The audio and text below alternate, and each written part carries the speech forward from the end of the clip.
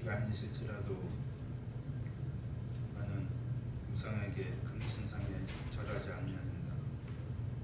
나는 사자굴에 들어갈지라도 불속에 들어갈지라도 우상을 섬기지 않는다.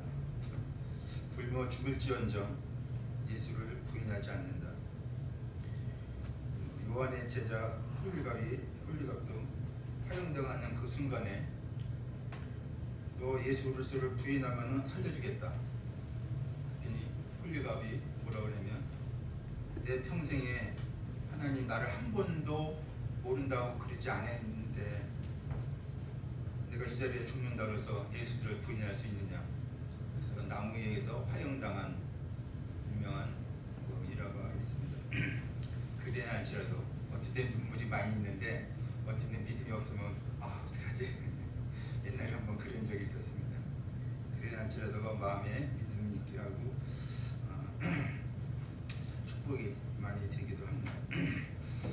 우선 말씀을 좀 보시겠습니다. 사도행전 9장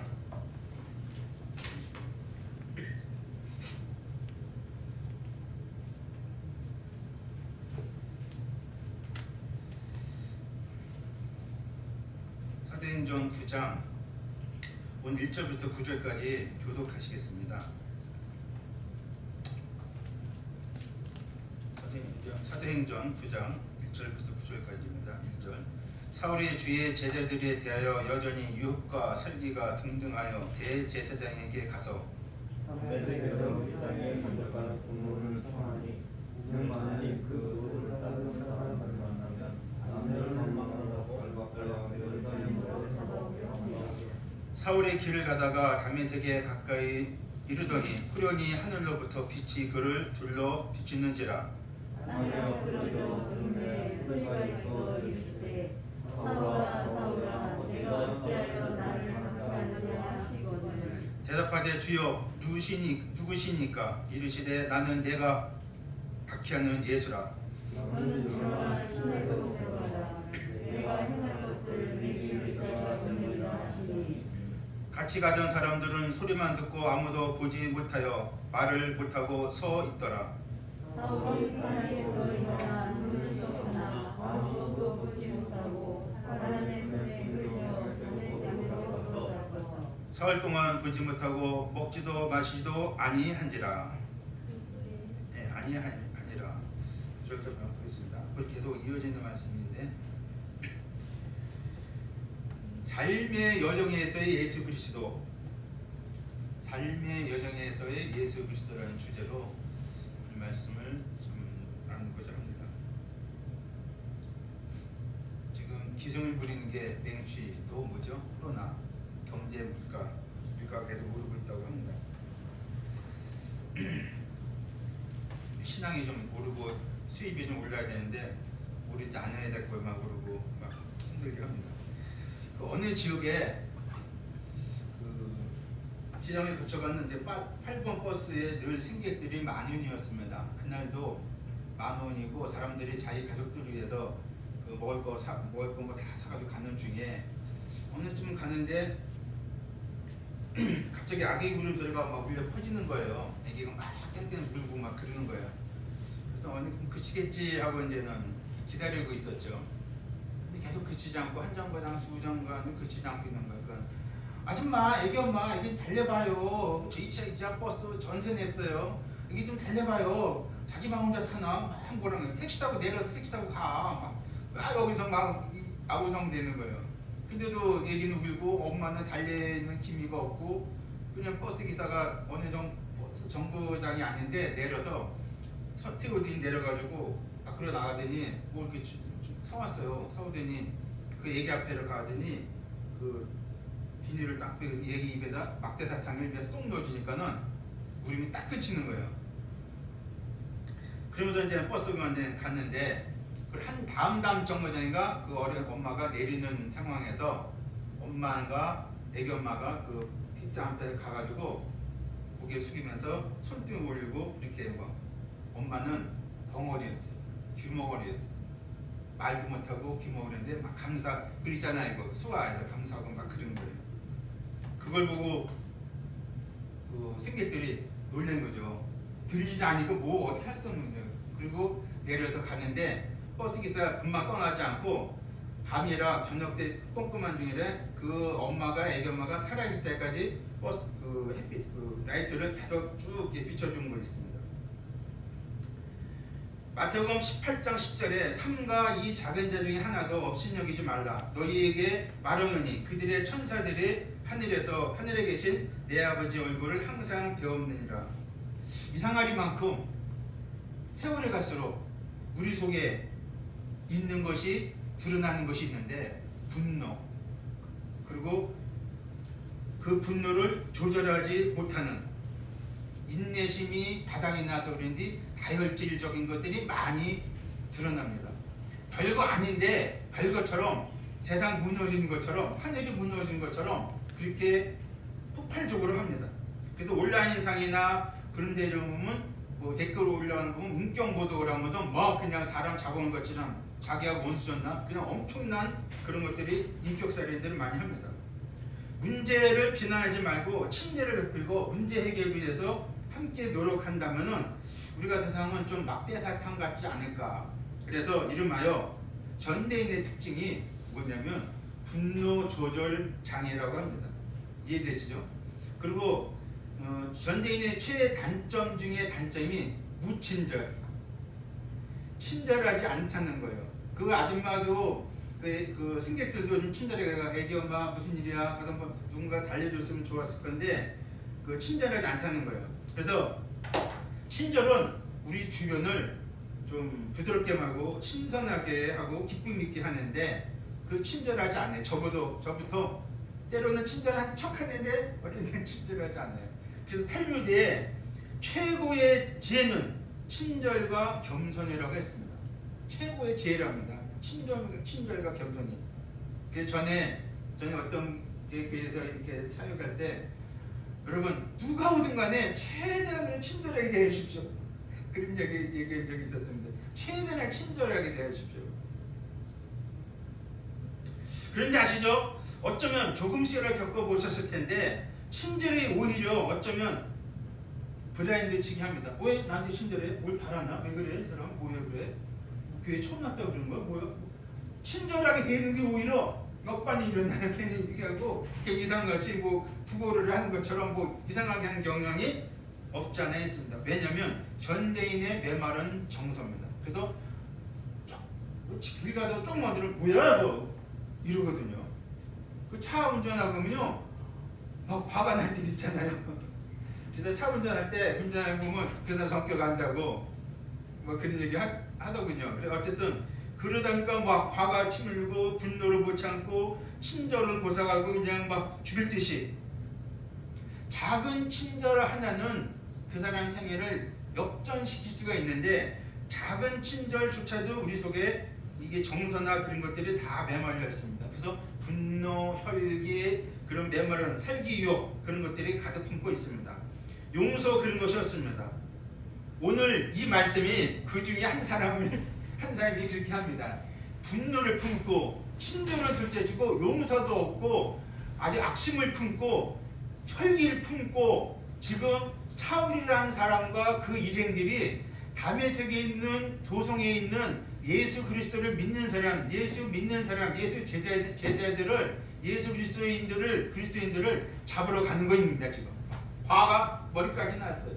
와 엄청난 분노가 있습니다. 지금 혈기가 등등했다 그랬습니다. 혈기가 등등해요. 살기가 위협과 살기가 등등하여 이 사울이랑 청년이거든요.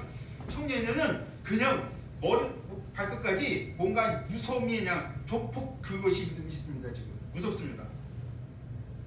사실 이 말씀은 신약 성경 중에 적지 않게 유명한 말씀이 될 수 있는 것이 뭐냐면 복음 측면에서 어떤 한 사람이 사울이라는 사람이 예수 그리스도를 극적으로 만나는 예수 그리스도께서 그에게 극적으로 만나게 해줘가지고 하나님의 사람으로 만드는 장면이거든요. 그래서 이 장면을 보고 보통 사울의 거듭남, 회신, 뭐 구원받은 전장, 뭐 구원받은 날이다, 뭐 그렇게 얘기를 합니다. 그런데 이것은 사울뿐만 아니라 성도라 이름한다면은 누구나 이 현상은 다 있습니다. 다 있어야 됩니다. 이때처럼 예수 그리스도가 빛이 탁 나타나고 나는 너가 핍박하는 예수라 막 그런 것이 아니고 지금은 복음으로 말씀으로 우리에게 들려주면 복음의 빛이신 예수 그리스도가 우리에게 비춰지면은 예수 그리스도를 만나고 영접하는 그런 것들이 있습니다. 하여튼 이름하여 다메섹 도상에서 주 예수를 만난 사울 큰 자, 그리고 그가 변해서 바울 작은 자. 사울이라는 뜻이 큰 자거든요. 그리고 그가 변해서 이름이 바뀌어지면서 바울 작은 자.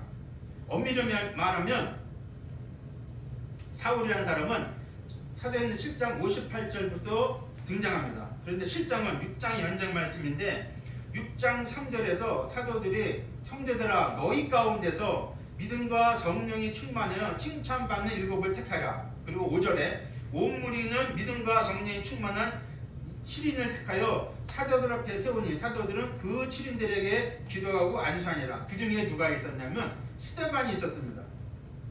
스데반 얼굴은 어떤 얼굴이었냐면 천사 얼굴과 같더라 할 정도로 주님으로 충만한 사람입니다. 믿음과 성령이 충만한 사람입니다. 그리고 그는 7장에서 유대인들의 조상인 아브라함부터 야곱, 모세, 요셉 그리고 50절에 뭐라고 그랬냐면 그 일을 쭉 하면서 50절에 목이 곧고 마음과 귀에 할례를 받지 못한 사람들아 너희도 너희 조상들과 같이 항상 성령을 거스린도다.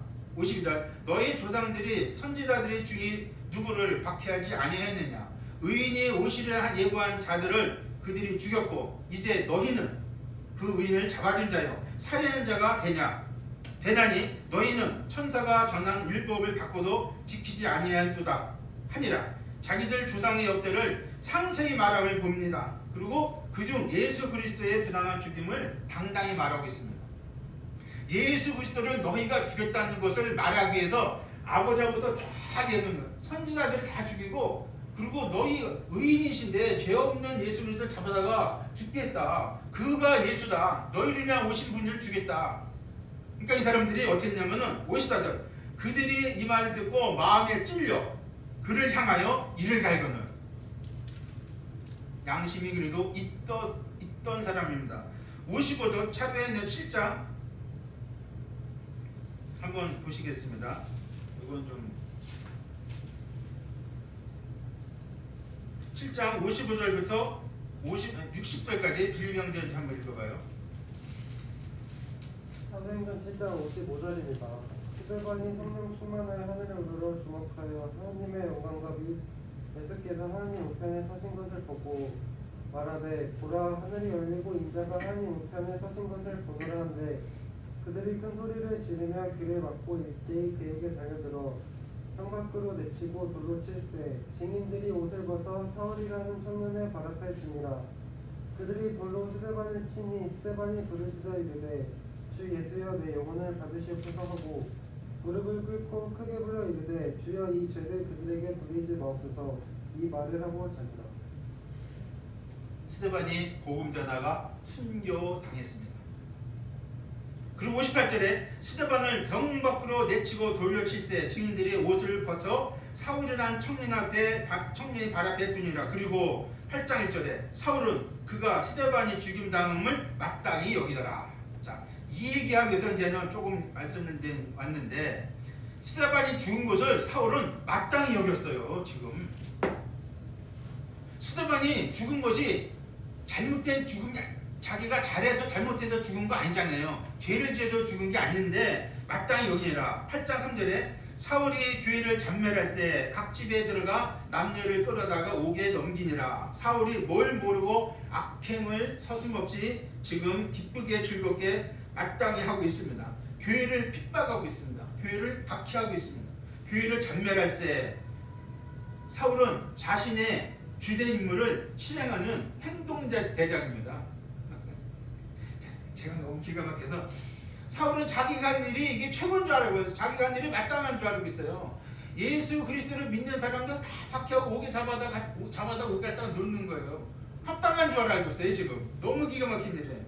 유대인들은 대제사장이 볼 때 사울은 훌륭한 대단한 자기들의 일꾼입니다. 유대인과 대제사장과 서기관 바리새인들은 사울이 최고예요. 지금 자기들이 할 일을 못하고 있는데 사울이 나서서 다 예수 믿는 사람 잡아다가 그냥 하니까는 얼마나 이 열심히 특집인지 대단한 청년이었어요.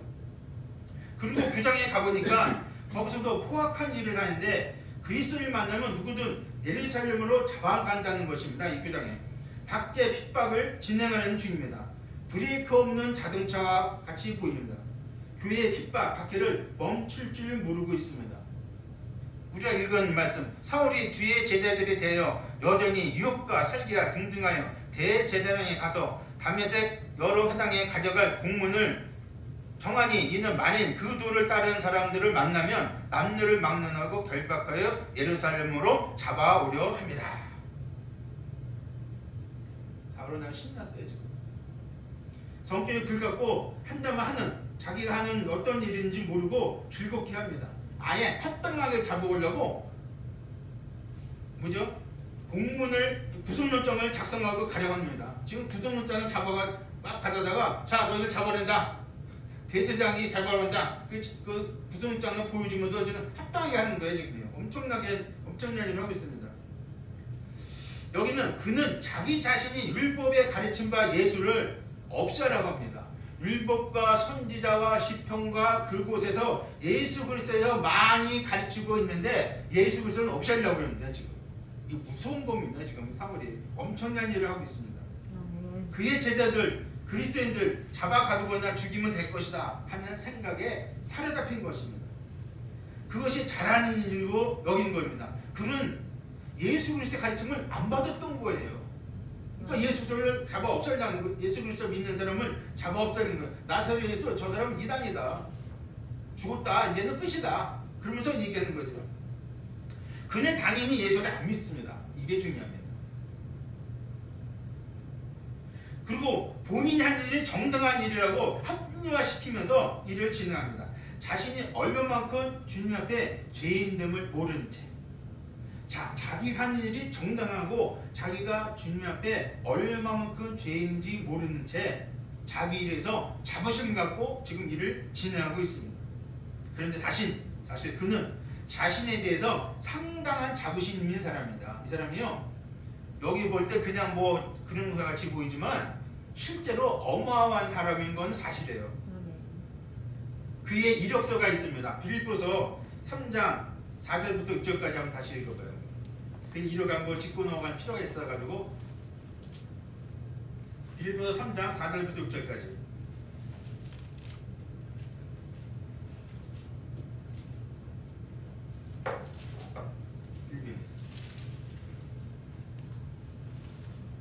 빌립보서 3장 4절 말씀입니다. 그러나 나도 육체를 신뢰할 만하며 만일 누구든지 다른 이가 육체를 신뢰할 것이 있는 줄로 생각하면 나는 더욱 그러하리니 나는 팔일만의 할례를 받고 이스라엘 족속이요 베냐민 지파요 히브리인 중에 히브리인이요 율법으로는 바리새인이요 열심으로는 교회를 박해하고 율법에 이루는 흠이 없는 자라. 당대 가말리엘 문에서 상당한 문화 지식을 받고 공부를 하고 족보나 이런 것이 다 대단한 사람입니다. 그렇습니다. 대단한 자부심을 갖고 있는 사람입니다. 소위 옛날에 한경직 영락교회 그 사람 예수 믿는 남인 사람 다 훌륭하고 존귀 여기는 아주 존중하는 사람인데 존경하는 사람인데 한경직 목사님이 뭐라고 하냐면 목사님들 목사 그만하고 예수 좀 믿읍시다. 엄청난 말을 했습니다. 책 제목이 그거예요. 책 제목이 작은 책자인데 목사님들 예수 그만 믿고 아니 목사 그만하고 예수 믿읍시다. 어마어마한 말을 했습니다. 대영락교회 대한민국 사람들이 많이 존경하는 안 믿는 사람들이 존경하는 사람 중에 한 사람인데 그랬습니다. 또 이 직분에 관계없이 말입니다. 그게 무슨 얘기냐면 어떻게 그럴 수 있냐요. 네, 그럴 수 있습니다. 무슨 얘기냐면 사울만 안 믿는 것이 아니에요. 사울만 안 믿는 게 아니라 대제사장들, 서기관들, 바리새인들, 유대인들, 그리고 사회가 동행하는 사람들 전부 다 예수 그리스도를 안 믿었어요. 예수 그리스도와 담을 쌓고 있었어요. 그의 영혼이 말로는 어떻게 될지 모른 채 예수를 전혀 안 믿고 그들의 행동 반경이 예수 그리스도를 믿는 사람들 다 잡아다 넣는 예수 그리스도를 믿는 사람들 다 핍박하는 일들을 앞장서서 한 사람들입니다. 예수 그리스도를 영접지 않은 사람들입니다. 이것이 중요합니다.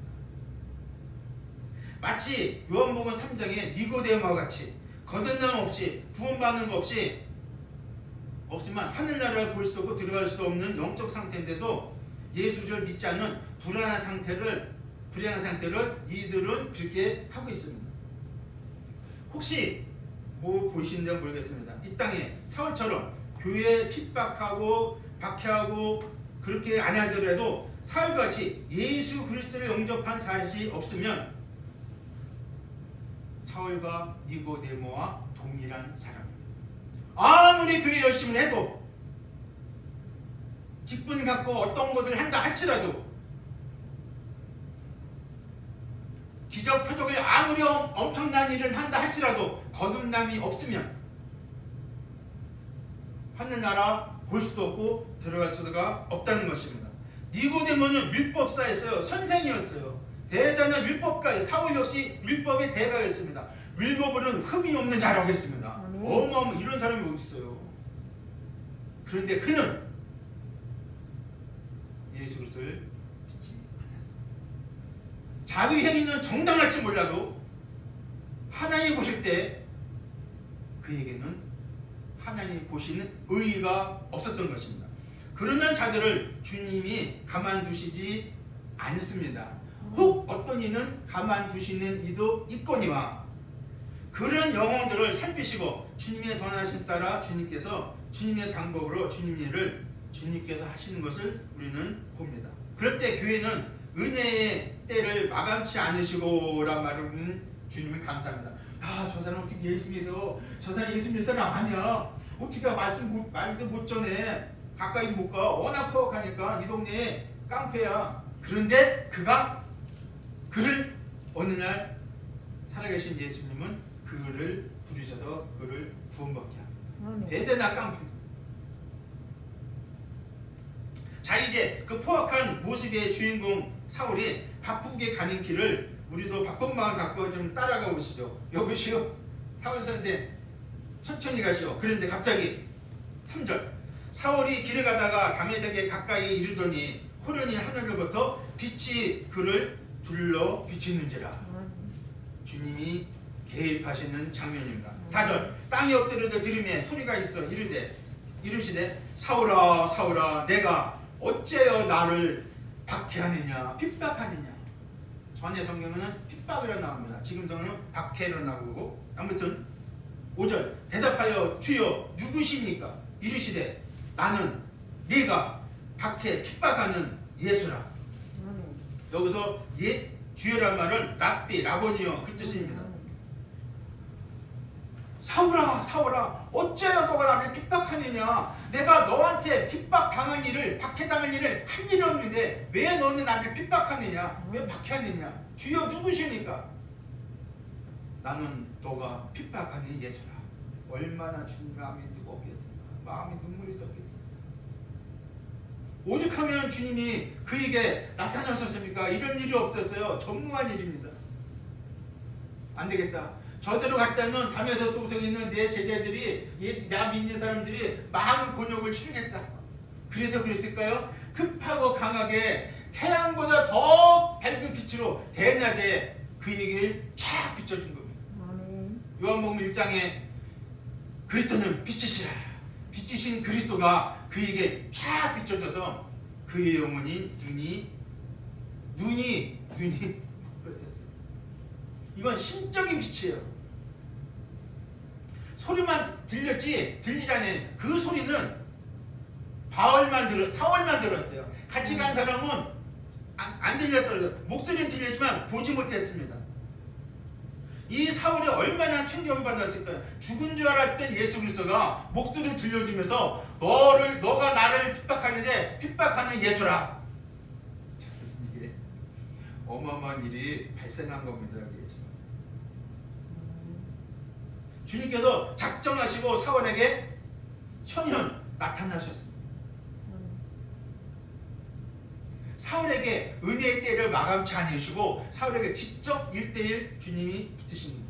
구원의 문을 닫지 않으셨고 친히 몸소 사울에게 급하게 강하게 임하셨습니다.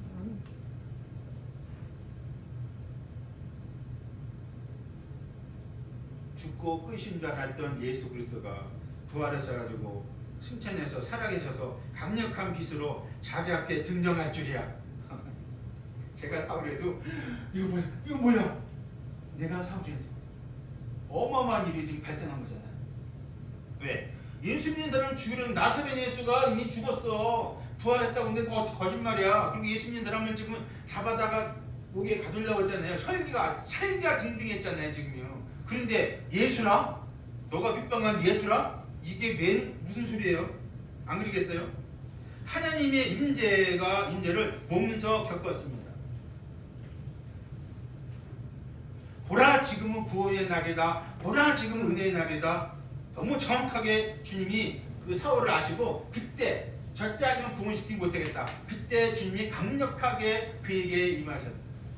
절대 아니면 구원 못하겠다. 주님이 너무 정확해야지요. 그건 못 볼 것도 없죠.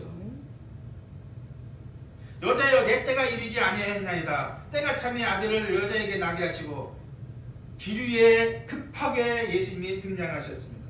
때가 됐어요. 이제는 주님 만날 때 주님이 직접 안 그랬다. 너가 날 만날 마음이 없으니까 내가 너를 만나겠다. 직접 친히 그냥 몸소 나타나신 거잖아요. 젊은 사울의 인생 여자의 삶에서 길가에서 그가 그리도 핍박한 예수 그리스도를 만났어요. 예수 그리스도께서 그에게 친히 납시했어요. 친히 등장하셔서 너가 나를 핍박하는데 내가 핍박하는 예수 그리스도라. 사울은 근데 생각해 보신 적 있으십니까? 사울은 주님 말씀처럼 예수 그리스도를 핍박한 적 없어요. 언제 핍박했어요? 예수 그리스도를 핍박한 적 없어요. 예수 믿는 사람 잡아다가 놓죠. 예수 믿는 사람들을 남녀를 묵려놓고 잡아다가 옥에 가뒀어요. 예루살렘에 옥에 가두는 거예요. 예루살렘 끌어다가 이 시간도 이 담에서 도상 가는 것도 예수 믿는 사람들을 잡아다가 옥에 가두려고 그러는 거예요 지금요. 예수님 핍박한 게 없어요. 따지고 보면. 그런데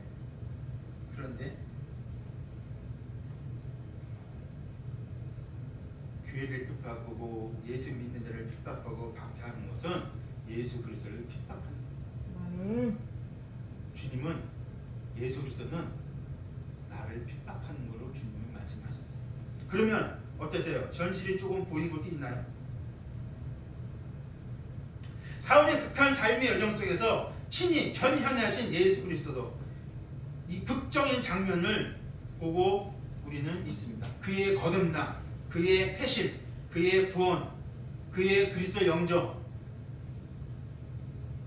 사울의 주님 만남, 그리고 훗날 부활하신 주님께서 훗날 부활하신 주님께서 자기에게 어떻게 하신 것을 간증한 장면이 나오는데 훗날 주님께서는 만삭되지 못한 자, 만물에 찢기만도 못한 자, 비방자요, 박해자요, 포행자요, 질근시요, 죄인 중에 괴수인 비천한 쓰레기인 나를 주님의 긍휼을 베풀어서 내가 하나님의 자녀가 됐다는 것을 고백을 합니다.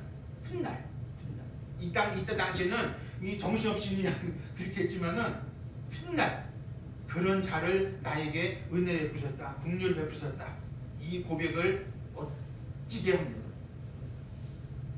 그것은 뭐라고 그러면 내가 믿지 아니했을 때 알지 못하고 행하였던 일이라고 죄성함을 갖고 간증을 합니다. 이 극적인 장면에 그걸 연구해 주면서 내가 믿지 아니했을 때, 그렇죠? 사울은 안 믿었어. 그러니까 예수 믿는 사람은 그렇게도 못 읽게 했어요. 예수를 안 믿으니까 그렇게도 못 읽게 해요.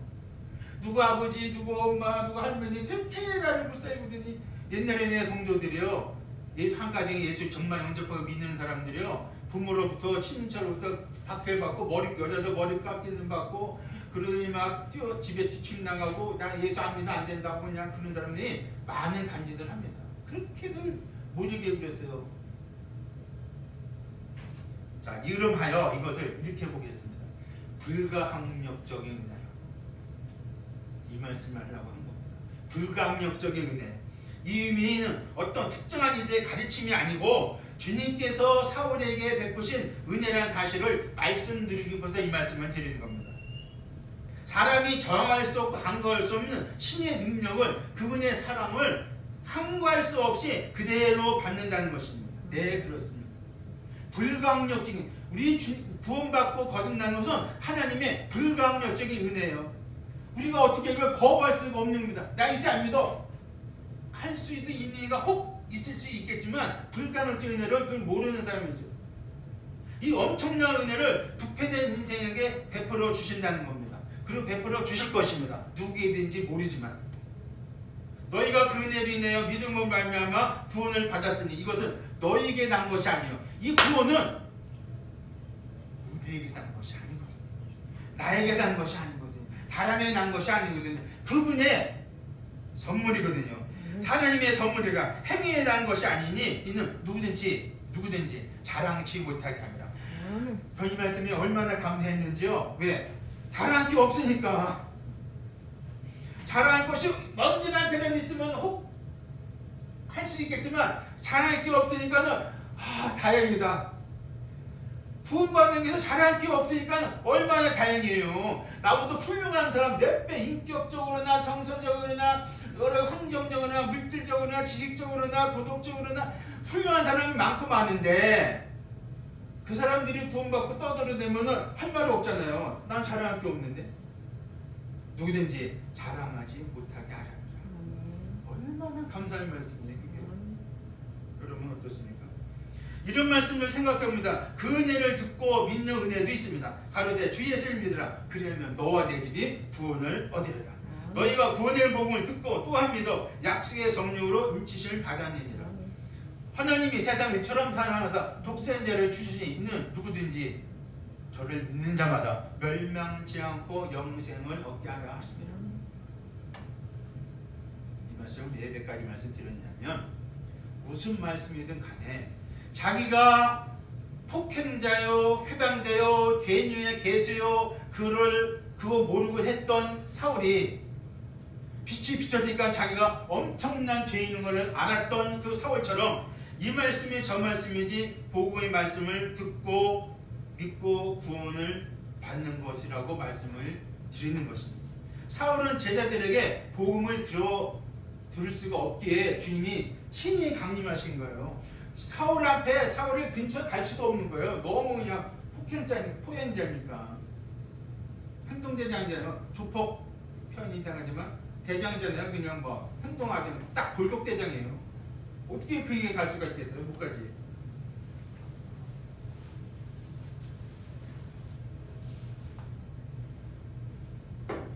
그래서일까요? 사울이요, 예수 영접하고 나서 복음 전하러 다녔는데 어느 날 어느 때는 살소망까지 끊어졌어요. 살소망 끊어지니까 완전히 이건 죽은 사람이야. 그런데도 불구하고 불가항력적인 은혜가 그에게 있어서 예수 그리스도를 믿고 의지하는 그것이 워낙 견실해요. 견고. 그러니까는 로마서 고린도전서 15장 58절에 그 말씀하잖아요. 사랑하는 자들아 주일에 항상 더욱 신신자들이 되라. 항상 더욱 신신자들이 되라. 흔들지 말고 견고하고. 에베소 1장에서는 변함없이 주님을 사랑하는 자가 되라. 불가항력적 은혜를 받은 그에게 나올 수밖에 없는 고백이죠. 누구나 다 이렇지는 않습니다. 한 가지 분명한 사실 진실은 인생들 중 죄인 중에 계수인 사울처럼 썩은 죄인인 걸 안다면은 주님께서 이런 은혜를 베풀어 주신다는 것입니다. 그것이 중요합니다. 포인트 2, 내가 하나님 앞에서 죄인됨을 머리 발끝까지 철저하게 알 수 있나 안다는 거. 그게 중요합니다. 그래서 썩은 죄인인 나를 위하여 십자가에 피 흘려 죽으신 부활하신 주님이 내 구세주 주님이라는 사실을 비로소 믿을 수가 있을 수가 있는 겁니다. 영접할 수가 있다는 것입니다. 아, 이분 예수 그리스도 아니면은 내가 영원히 살 길이 없구나. 이 하나님의 사랑이 여기에 이분한테 다 나타났구나. 그거를 다른 데서는 알 수가 없어요. 찾아보십시오. 찾으면 저한테 알려주십시오. 없습니다. 영원한 사랑을 받을 데가 없습니다. 영접하는 자, 곧 그 이름을 믿는 자에게 하나님의 자녀가 되는 말씀을 해준 데가 없습니다. 하나님께 내 회개와 주 예수를 믿는 믿음에 대해서 말씀해 준 데가 없습니다. 십자가도가 멸망한 자들에게 미련한 것이고 구원을 얻는 우리에게는 하나님의 능력이라 이 말씀을 들려준 데가 없습니다. 이 말씀을 듣고 믿는다면 살아나는 것입니다. 믿지 않는 데는 멸망이라고 했습니다. 4월의 거듭남 구원이란 바로 죄에서 구원이요, 율법의 정죄에서 구원이요, 영원한 불행스럽게도 영원히 불행스럽게도 영원한 지옥불 멸망에서의 구원입니다. 사람들은 알지 못하고 이런 말을 합니다. 복음 전하기 하다 보면 아유 지옥에 가봐야 알죠. 가봤어요 당신? 가봐야죠. 네, 가봐야 합니다. 맞습니다. 당신 말대로 가봐야 합니다. 근데 가면 그 순간부터 끝입니다. 감옥 가봐야 합니까? 아니요, 안 가도 알죠. 예, 지옥 가봐야 하는 거 아닙니다. 가는 그 순간에 당신은 영원히 거기서 불덩이 속에서 있게 됩니다. 구원받는 것이 그리도 우습게 가볍게 하찮게 경이 들려왔는지 혹시 모르겠어요. 절대로 정말 그럴 수가 없는 것이 예수 그리스도께 이루어진 영원한 구원인 겁니다. 아 인제 어떤 사람 그런 얘기해요. 아니 내가 교회된 지 몇 년인데 인제 나한테 구원 얘기, 내가 20년이 넘어 30년 가까이 돼 인제 나한테 구원 얘기를 해. 참 초보네 초보. 그만 있는데요 웃었지만 눈물이 있어요. 그만 있는데 제가 웃었지만 눈물이 있어요. 왜? 100년 다녀도 그리스도 영접자님은 진노의 자녀인데 멸망의 불똥에 들어가는 건데 무슨 수로 그거를 네가 이길 수가 있다. 교회 직분이 뭐 할 거냐고요. 난 너를 모른다 하실 건데 사실은 진짜 몰리죠. 정말로 몰랐습니다. 율법에 흠이 없는 자였지만 대단한 지식인이었지만 훌륭한 가문을 자랑거리였지만 그는 구원에 대해서 정말 백지였습니다. 누가? 사울이. 백지였어요. 정말 백지였어요. 그런 그에게 주님은 한가할 수 없는 은혜를 주신 것입니다. 지금도 그와 같은 우리들에게 본인들에게 주셨고 주실 것입니다. 혹시 주시고 계실지도 몰라요. 혹시 이게 무슨 얘기냐면 구원이 뭐 천천히 이루는 게 아니지만은 순간에 이루어지는 거지만 어쨌든 들으면서 이해되면서 믿어진 사람들 다니까 그럴 수도 있어요. 그건 모르는 거예요. 주님이 아시죠? 잘 질문 드립니다. 내 삶의 여정 속에서 참빛인 주 예수 그리스도께서 오셨나요? 오시길 바라시나요? 아니면 아직도 종교에 머물고 계신가요? 종교에 매이지 않는 그리스도인, 율법에 매이지 않는 그리스도인, 죄에 매이지 않는 그리스도인은 주님은 그것을 원하십니다. 사울은 철저한 율법 아래 있었던 자입니다. 그러나 그는 주님의 은혜를, 주님의 사랑을, 주님의 구속을, 주님의 거듭남을 몰랐습니다. 그는 죄인 중에 계절한 자였지만 그는 죄 용서 받아야 함을 모르는 자였습니다. 예수 그리스도를 만나고 영접한 후에서야 내가 죄인 중에 계수였었구나. 폭행자요, 포행자요, 악행자요, 만물에 찢기만도 못한 자요, 만삭되지 못한 자요, 죄인 중에 계수구나. 나의 영혼이 죽어 있었네, 메말라 죽어 있었네. 그리스도의 피로 내 죄 때문에 고초를 당한 그의 보혈로 그의 속죄를 그때는 몰랐었지. 16세 때 거듭난 자여, 신앙이요, 복음 전도자여, 설교자여, 목회자여, 성도인, 찰스하던 스펄전의 고백시였습니다. 그때는 몰랐었지. 구원받기 전에는요 모르는 겁니다. 그의 부친 조부 다 목사였지만 그에게 복음을 들려주지 않았나 봅니다. 들려주었어도 안 들을 수 있었겠지만 그는 눈보라치 심하게 치는 어느 날 1월 초에 가고자 하는 목적지에 못 가고 예배당에 들어갔는데 초라한 예배당에 들어갔는데 말씀 시간에도 목사가 안 나오는 거예요. 그래서 어디 키 크고 깡만한 사람이 나오더니 목사님이 오시기로 했는데 눈이 너무 많아서 못 와가지고 내가 대신 하기로 했습니다. 이만저만 하더니 그 찰스 스펄전 16세 때 어린 소년이 저 예배당 저 구석에 목에 푹 숙이고 푹 앉아있는 거예요. 이 소년이 똑똑했거든요. 뭐야 발음도 이상하고 문법도 안 먹고 저 뭐야 뭐 하는 거야. 그때 이 사람이 강대상에 서 있는 사람이 깡 마른 사람이 소년이요 얼굴이 근심만큼 선택하고 소년이요 여호와를 주 하나님을 앙망하시오. 소년이여 주님을 앙망하시오. 그 말에 그는 그때 거듭났어요. 이사야 45장 말씀. 그때 그가 눈이 떠졌어요. 훗날 한참 전 훗날 거기 찾아가는데 아무도 없더래요. 그런데 아십니까? 어쩌면 당연할 수 있지만 사울 주변의 사람들 보십시오. 고단한 삶의 여정 속에서 예수 그리스도를 만나지 못한 사람들이 있었으니 예수 그리스도를 믿지 않는 영혼들이 영접지 않는 영혼들이 많이 있었으니 사울의 죄가 바로 자신의 구세주를 믿지 않는 사실처럼 예수 그리스도를 믿지 않는 사람들이 많이 있었습니다. 사울만 예수 그리스도를 안 믿었다니까요. 그만 안 믿은 게 아니라 다 안 믿었다니까요. 그 생각이 어느 날 그러네 보니까 자 보십시오. 그와 동일한 자들 멸망의 사람들이 두 번째 멸망의 사람들입니다. 만일 그대로 이대로 삶의 여정을 마친다면 좀 고급진 말로 하면은 명약환야. 다 아시죠? 무슨 말인지 명약환야. 불을 보듯이 뻔합니다. 영원한 불행이 그들을 기다리고 있어요. 사울과 같이 그의 주변 사람들이 다 예수를 안 믿었는데 그대로 삶을 마친다면 영원한 불행이 그들을 기다리고 있다는 겁니다. 그게 뭐냐면 불덩이가 이런 얘기를 할 것 같아요. 제 생각, 제 마음. 왜 이제 왔어? 여기가 너네 집이야. 어차피 올 집이면 나는 여기 안 온 줄 알았어. 저 천국 가는 줄 알았어. 이제 와서 다행이야. 그럴 것 같아요. 왜 이제 왔어? 너 빨리 올 건데.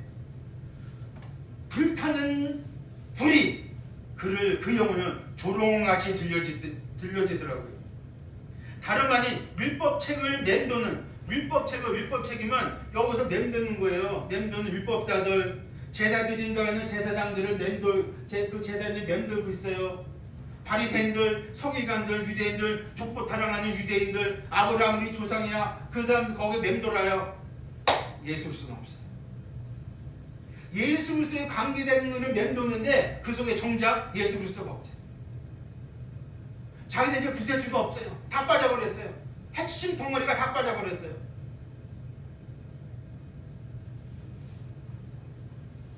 대제사장들, 바리새인들, 율법사들, 그와 그날 동행한 자들, 많은 유대인들 그들의 삶의 영성에서 예수 그리스도가 여전히 등지고 살아갔어요. 자기 좋은 대로 살아가고 있어요.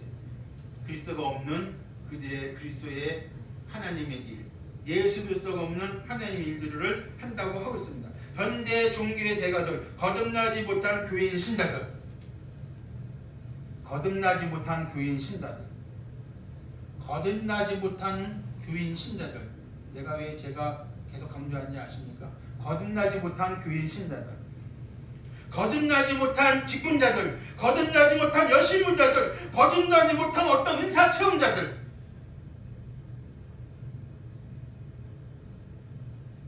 기울 수 있지만 성경은 나는 너를 모른다 하시는 주님의 말씀을 기억할 것입니다. 찾지는 않겠습니다. 마태복음 10장 21절 28까지, 누가복음 10장 17절부터 20절까지 말씀 보면 그렇습니다. 하늘의 생명책에 너 이름이 기록된 거 기뻐하라. 예루살렘 성전에 수도 없이 평생 출입하고 수없이 제사 드려도 수없이 말씀을 율법을 논하고 들어도 수도 없는 금식교도 해도 주님 공생에 여러 가지 기적 표적을 다 봤어도 그들은 지옥 문턱에 서 있는 걸 모르고 자기 좋을 대로 살아갑니다. 그리스도와 정반대의 삶을 살아가고 있다는 사실입니다. 그 옛날 창세기 시절에 노아 할아버지가 방주를 짓는데 그를 얼마나 많이 도와줬겠어, 많은 사람들이. 그런데 때가 차서 땅이 터지고 땅이 쳐서 물이 쏟아오고 하늘의 비가 40주야로 내릴 때에 그때의 노아 방주는 진짜 구원의 방주였어요. 구원의 방주였어요. 진짜 구원의 방주였어요. 교회가 구원의 방주 아니에요.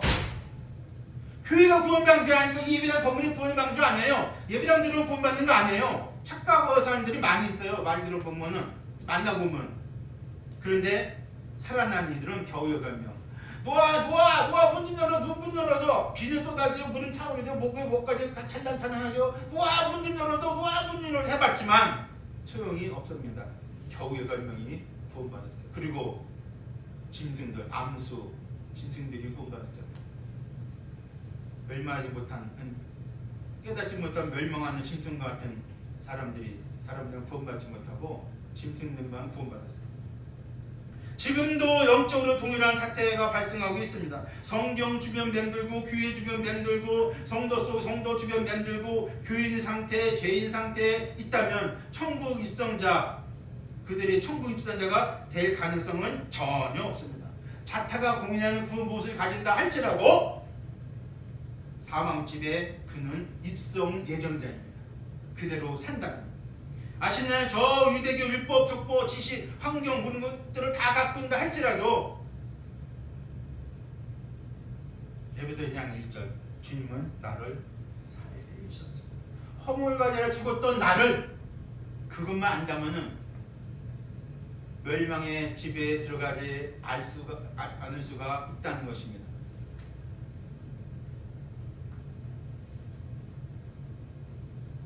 사울 그는 그 부분에서 타의 추종을 불허한 사람입니다. 그는 아주 완벽한 사람이 있어요. 누가 봐도 완벽한 사람이 있어요. 족보로나 가문으로나 지식으로나 열심히나 율법으로나 대단한 시부린이었어요.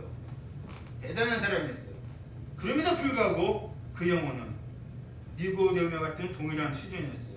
그럼에도 불구하고 이두엽과 간다게의 국거를 맡은 내시처럼 똑같은 수준이었어요. 그런데 그들이 복음을 듣고 구원을 받았다는 사실입니다. 당대에 내노라는 사람들이 구원받지 못하고 있을 때, 예수를 믿지 않고 있을 때, 그때 그들이 구원받았다는 사실입니다. 지옥 사람과 천국 사람으로 급회전, 그것은 이 땅에서 시작되는 것입니다. 강도, 너가 그리스도인이냐? 너가 하나님의 아들이냐? 너도 구원하고 나도 구원하라. 그 말 듣는데 화가 나는 거 있죠? 여러분 안 나십니까? 아니, 강도 주제에 지금 옆에 있는 다른 한 강도는 뭐라고 했어요? 너는 나쁜 일 안 했고 그러냐? 이분은 죄가 없는데 이랬다. 당신 선생이요, 당신이 하늘나라 임할 때 나를 생각하셨습니다. 주님 얼마나 따뜻한 말씀하셨습니까?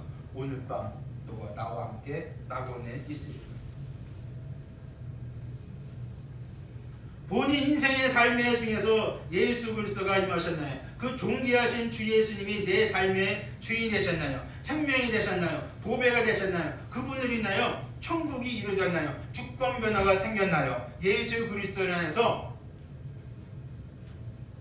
육체의 생명이 아닌 영생의 생명이 내 속에 임하였나요? 불가역적 은혜가 임하였나요?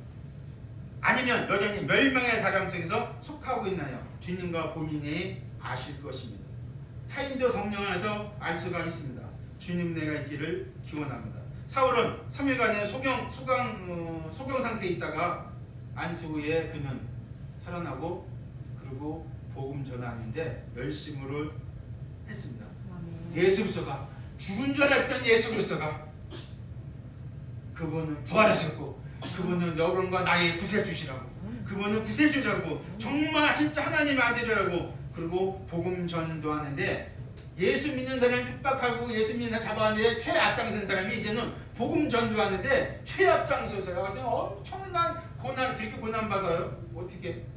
산소만 끊어지고 40에 가만 서른아홉 대 한 대 맞고 서른아홉 대 한 대 맞으면 죽거든요. 그렇게 맞기를 2번 맞고 동족의 위험은 칼의 위험은 강의 위험은 배고픔의 위험은 그 엄청난 사람이 겪을 수 없는 그런 것들 다 겪으면서 복음 전하고 이외일은 고사하고 교회를 위하여 염려하느라 그 말씀에 눈물이 있지 않습니까?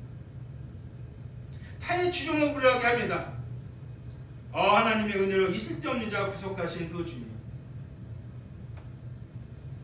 신앙 연조가 중요하지 않습니다.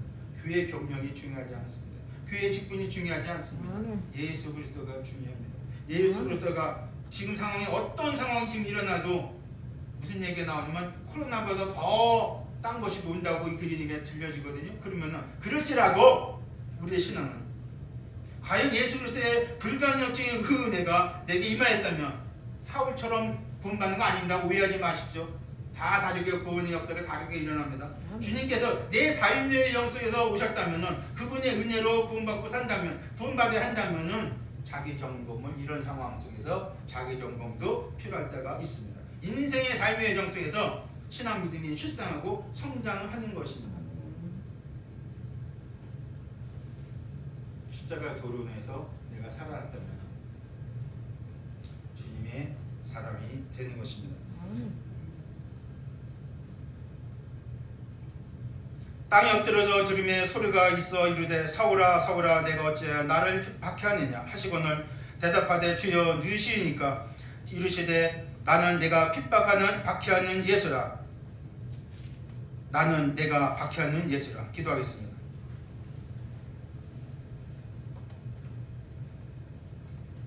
사울이 살기가 등등해서 예수 믿는 사람들 주의 제자들을 잡으러 다메섹도 도성으로 가는 중에 주님이 얼마나 급하고 뜨거웠으면 그 길가에서 햇빛보다 강한 빛을 그에게 비춰주셔서 주님이 그에게 현현 임재하셨는지 등장하시는 것을 우리는 보게 됩니다. 주여 누이시옵니까? 나는 너가 핍박하는 예수라. 주님 우리가 주님 믿기 전에 얼마나 주님을 핍박했습니까? 죄인지 모르면서 의기 등량하고 의기양양하면서 자기 의가 하늘같이 오르고 자기만 잘난 줄 알고 살아왔던 저희였음을 기억합니다. 하나님의 의를 모르고 자기 의를 가지고 힘써 살았던 저희를 기억합니다. 주님의 긍휼을 마감치 않으시고 긍휼을 베려주셔서 하나님의 의를 알게 해주시고 예수 그리스도가 어떤 분이 알게 해주시고 믿게 해주시고 불강력적인 은혜를 저희가 받게 해주시고 그 은혜에서 믿음을 말미암아 건너게 하신 우리 주님을 이 시간에 또 감사하고 찬양을 올려드립니다. 나를 살려주신 우리 주님 그냥 입을 여서 할 수만 있다면 말하는 것은 감사뿐이고 그 주님을 드러내기를 원합니다. 아버지 하나님 불강력적인 은혜를 사울에 베풀으신 주님 이 땅에 아직 주님 오시기 전까지인데 주님 오실 때까지 불강력적인 은혜가 어떤 영혼들에게 임하기를 원합니다. 어떤 영혼들에게 임하여서 그 영혼들이 주님 구원받고 혹시 우리가 기도하는 영혼들이 있으면 그 영혼도 주의 은혜 속에 거하여 하나님의 자녀가 되는 놀라운 은혜가 있기를 간구를 드립니다. 불강력적인 은혜를 우리에게 베풀어 주신 우리 주님을 찬송합니다. 예수 그리스도의 이름을 감사하며 기도하옵나이다. 아멘. 감사합니다.